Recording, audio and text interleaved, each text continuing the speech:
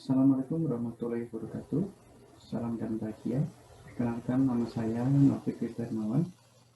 Saya dari Magister Manajemen.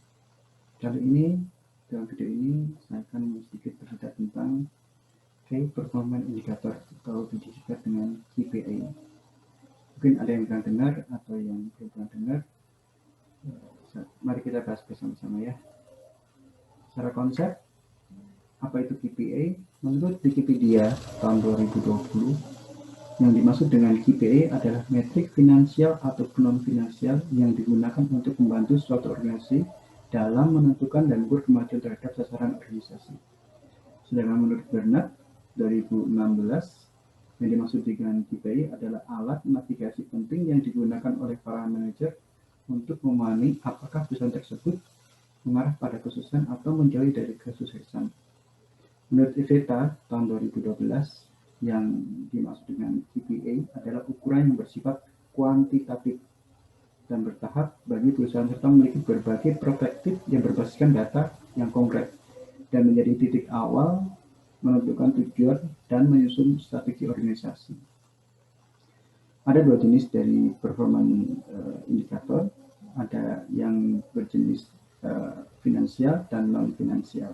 Untuk finansial biasanya seperti rugi laba, jumlah profit, jumlah produksi. Kalau yang non finansial bisa berupa kepuasan pelanggan, pemasaran, dan lain-lain. Oke, kenapa alasan kita perlu adanya KPI? Satu, untuk memantau kesehatan perusahaan, apakah perusahaan itu maju atau stuck atau malah mengalami penurunan. Kedua, mengukur kemajuan. Tadi target-target ke depan dia harus untuk maju ke depan perusahaan tersebut. Kemudian menganalisa pola lembur, dalam hal ini overtime yang dilakukan oleh para pekerjanya.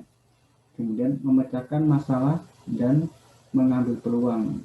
Dalam hal ini bisa dikatakan bahwa terjadi masalah dalam satu perusahaan atau organisasi, dengan KPI kita dapat tahu apakah bagaimana cara memecahkan masalah-masalah yang ada di dalam perusahaan tersebut. Kemudian mengukur tingkat kemajuan, seperti dikatakan tadi, sampai di mana perusahaan itu mencapai target. Apakah target itu kurang atau bisa ditambah untuk yang masa-masa yang akan datang. Persyaratan dalam membuat KPI setelah ada 5, yaitu selalu berkaitan dengan sasaran ataupun target. Ada target dalam penyusunan. Kemudian kalau tanpa target maka tidak ada kemajuan. Biasanya target itu ditentukan apa yang menjadi idealis dari perusahaan tersebut, basis dari kinerja perusahaan tersebut untuk kemajuan yang akan datang. Kemudian harus tepat dan terukur. Ada nilai di sana, ada nilai baik finansial maupun secara kepuasan. Kemudian harus memiliki perbandingan dari periode sebelumnya. Mungkin apakah tahun kemarin dan tahun sekarang dia mulai peningkatan, apakah penurunan. Kemudian ada bukti dalam hal ini ada pencapaian dari kerja perusahaan tersebut. Kemudian terkait pada waktu, seperti dikatakan 10 tahun, 2 tahun, atau bahkan bulanan. Kemudian 5 langkah mudah dalam membuat KPI. Pertama, identifikasi bidang kinerja bisnis yang Anda akan ukur. Dalam hal ini mengukur aspek kinerja keuangan, pertumbuhan bisnis, manajemen kesehatannya, keselamatan, kepuasan, kita ukur satu-satu. Kemudian target dari pengukuran kinerja, biasanya bisnis perlu meningkatkan bisnis pelanggannya. Tujuan spesifik mungkin adalah bisnis untuk mendapatkan 10.000 pelanggan. Jadi ada tujuannya. Ke depan kita harus mendapatkan pelanggan mungkin meningkat 100% dari tahun ini. Kemudian bandingkan kerja saat ini dengan target yang ditentukan. Kinerja saat ini apakah lebih kecil atau besar? Untuk mencapai target X tahun depan kita harus bekerja lebih giat lagi. Semuanya kita harus meningkatkan kinerja sektor ini untuk mengejar target di masa yang akan datang. Kemudian tinjau perubahan kerja hingga saat ini. Hal ini dikatakan apakah kinerja meningkat dari turun waktu ke waktu atau malah menurun. Kemudian tetapkan interval yang sesuai di antara setiap tingkat KPI. Ada waktu berkala, setahun, 2 tahun, 3 tahun, bahkan bisa 10 tahun ke depan. Kita mencoba membuat KPI. Dalam hal ini saya mencoba membuat contoh, yaitu di bidang kesehatan. Kemudian saya dekat dengan pekerjaan saya, satu unit di rumah sakit yang bisa saya buat bagaimana membuat KPI pada unit tersebut. Mungkin kalau finansial atau perusahaan produksi kita tidak tahu ya. Bagaimana dengan kamar bedah? Di sini saya mencoba membuat KPI apa yang perlu kita buat untuk KPI kamar bedah. Salah satunya adalah waktu tunggu operasi. Ini ada targetnya waktu tunggu pasien operasi yang terjadwal. Operasi terjadwal adalah kurang dari 2 hari atau sama dengan, kalau bisa mencapai ini dia dikatakan bahwa 100%. Kemudian kejadian kematian di meja operasi itu tidak boleh kurang, tidak boleh lebih dari 1%. Kemudian tidak adanya kejadian operasi salah sisi, itu 100% tidak boleh ada kejadian.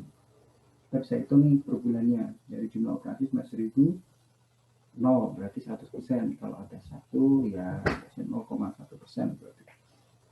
Beberapa KPI indikator yang bisa dibuat pada kamar operasi. Kemudian hasil dari KPI tersebut kita realisasikan, kita jumlahkan menjadi 1 tahun dalam pencapaian kinerja. Untuk mencapai kinerja tahunan, yaitu dari waktu tunggu operasi elektif dalam setahun, apakah realisasinya berapa, apakah kurang dari 2 hari atau malah banyak yang lebih dari 2 hari, bisa diukur. Kemudian kejadian kematian di meja operasi apakah ada atau banyak. Kalau bisa jangan ya, karena ini menyangkut nyawa. Kemudian tidak adanya kejadian salah operasi atau salah sisi. Berapa jumlah dalam 1 tahun dijumlahkan. Target kita adalah 0. Jadi 100% tidak ada kejadian salah sisi operasi. Kemudian tidak adanya kejadian tertinggal benda asing. Nah, apakah itu kasa atau instrumen, alat, atau benang, sisa-sisa benang harus bersih. Kemudian pelanggan merasa puas. Ini adalah indikator yang harus lebih dari 80%. Bagaimana mempelajari KPI dan bagaimana menentukan KPI apa yang akan digunakan. Yang jelas seperti tadi, kita harus menyusun sesuai dengan kinerja yang ada di unit tersebut. Kemudian, dan belum tentu semua unit sama antara unit satu dan yang lainnya. KPI yang tepat pada organisasi kita belum tentu tepat buat organisasi lain. Untuk itu kita harus menyusun, mencari, menggali lagi apakah kinerja yang ada di unit-unit kita yang bisa dijadikan target untuk meningkatkan produksi dari perusahaan atau unit kerja yang kita punya. Terima kasih dari saya. Sekian, mungkin bisa dilanjutkan ya, di